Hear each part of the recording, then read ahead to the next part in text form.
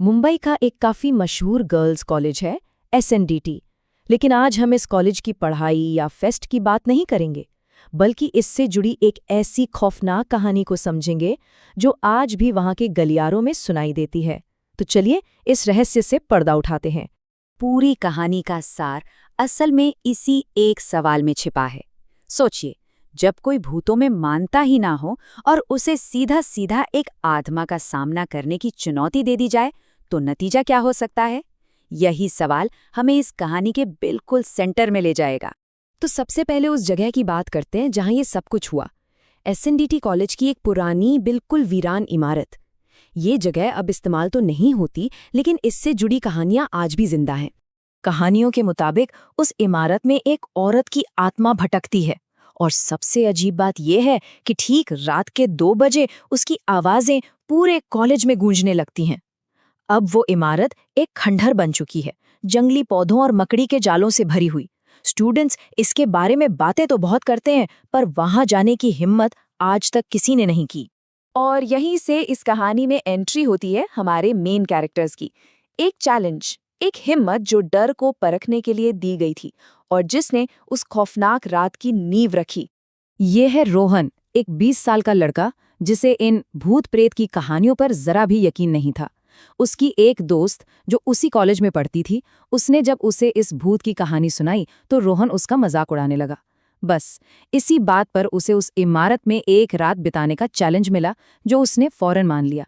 वैसे रोहन इस मिशन पर अकेला नहीं था, उसका दोस्त विशाल भी उसके साथ था। जरा इस टाइमलाइन पर गौर कीजिए। रात के 1:30 बजे वे दोनों कॉलेज के पिछले दरवाजे से अंदर दाखिल हुए। 1:45 बजे तक वो उस पुरानी डरावनी बिल्डिंग के गलियारों और क्लासरूम्स में घूम रहे थे। और फिर ठीक 2 बजे, जिस वक्त के बारे में सारी कहानियां थीं, उन्हें वो आवाज सुनाई दी। यहाँ से कहानी का माहौल पूरी तरह से बदल जाता है। जो अब तक सिर्फ एक मजाक और हिम्मत का खेल लग रहा था, वो अब हकीकत में दहशत का रूप लेने वाला था। एक खाली क्लासरूम के अंदर जरा सोच कर देखिए, एक वीरान क्लासरूम से एक औरत की आवाज आ रही है, जैसे कोई टीचर पहाड़े पढ़ा रही हो। 2 एकम 2, 2 दूनी 4। विशाल तो ये सुनकर ही काँप गया, लेकिन रोहन को अब भी लग रहा था कि कोई उनके साथ मजाक कर रहा है। जैसे ही वे उस क्लासरूम के पास पहुंचे, आवाज बंद हो गई। लेकिन एक और अजीब चीज हुई। उन्हें अचानक बहुत ज्यादा ठंड लगने लगी। मतलब इतनी ठंड जैसे वो किसी बड़े से फ्रीजर के दरवाजे पर खड़े हों। ये बिल्कुल भी नॉर्मल नहीं था। और फिर एक के बाद एक डरावनी घटनाएं होने लगीं। पहले उन्हें एक जोरदार थप्पड़ की आवाज सुनाई दी। उसके तुरंत बाद ऐसा लगा जैसे कई बच्चे एक साथ जोर जोर से रो रहे हों। और फिर जो हुआ, उसने रोहन के सारे शक को खत्म कर दिया।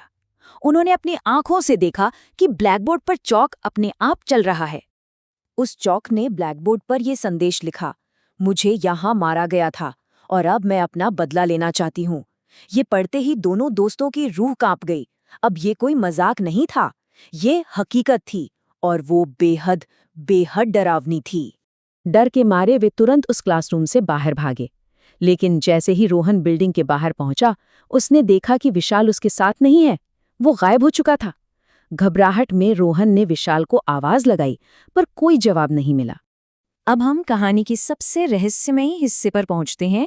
उस रात असल में हुआ क्या था, ये इस बात पर निर्भर करता है कि आप किससे पूछते हैं, रोहन से या विशाल से, क्योंकि दोनों के पास उस रात की एक अलग ही कहानी है। रोहन ने अपने दोस्त को फर्स्ट फ्लोर की एक खिड़की पर रोते और चिल्लाते हुए देखा। उसे बचाने के लिए रोहन वापस उस डरावनी बिल्डिंग में गया। जब वो उसी क्लासरूम में पहुंचा तो नज़ारा होश उड़ा देने वाला था। विशाल जमीन पर बैठकर रो रहा था और उसके सामने एक औरत खड़ी थी। धूल भरी काली साड़ी, बिखरे बाल, सड़ी हुई त्वचा और पूरी तरह सफ़ेद आंखें। वो हाथ में एक छड़ी लेकर विशाल को डरा रही थी। उस औरत ने जैसे ही रोहन को देखा, वो उसकी तरफ बढ़ने लगी।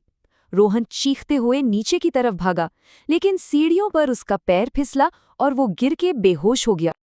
लेकिन यहाँ कहानी में एक अजीब मोड़ आता है। जब रोहन की आंख खुली तो वो विशाल के फ्लैट पर था, और विशाल ने एक बिल्कुल अलग कहानी सुनाई। विशाल के मुताबिक जब वो बिल्डिंग से भागा तो रोहन उसके साथ नहीं था, बल्कि उसने रोहन को एक खिड़की पर चिल्लाते हुए देखा था। विशाल अपने दोस्तों को बुलाकर जब वापस अंदर गया तो रोहन सीढ़ियों पर बेहोश पड़ा था। दोनों की यादें एक दूसरे से पूरी तरह अलग थीं। एक ने विशाल को भूत के साथ देखा, दूसरे ने रोहन को खिड़की पर। तो इस कहानी का अंत क्या है? सच क्या है? ये एक ऐसा सवाल है जिसका जवाब शायद कभी नहीं मिलेगा, और यही बात इस कथा को और भी ज्यादा रहस्यमय बनाती है। साइकोलॉजी में इसके लिए एक शब्द है, राशोमोन इफेक्ट।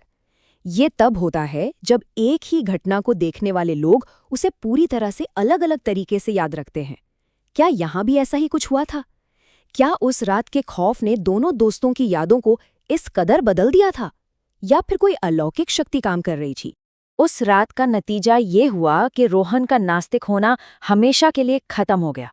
वो, विशाल और उनके दोस्त सभी को यकीन हो गया कि एसएनडीटी कॉलेज की पुरानी इमारत सच में भूतिया है। वे दोबारा कभी उस जगह के पास भी नहीं गए। और ये पूरा वाकया हमें इसी अंतिम सवाल पर छोड़ जाता है। उस रात उस क्लासरूम में सच में क्या हुआ था?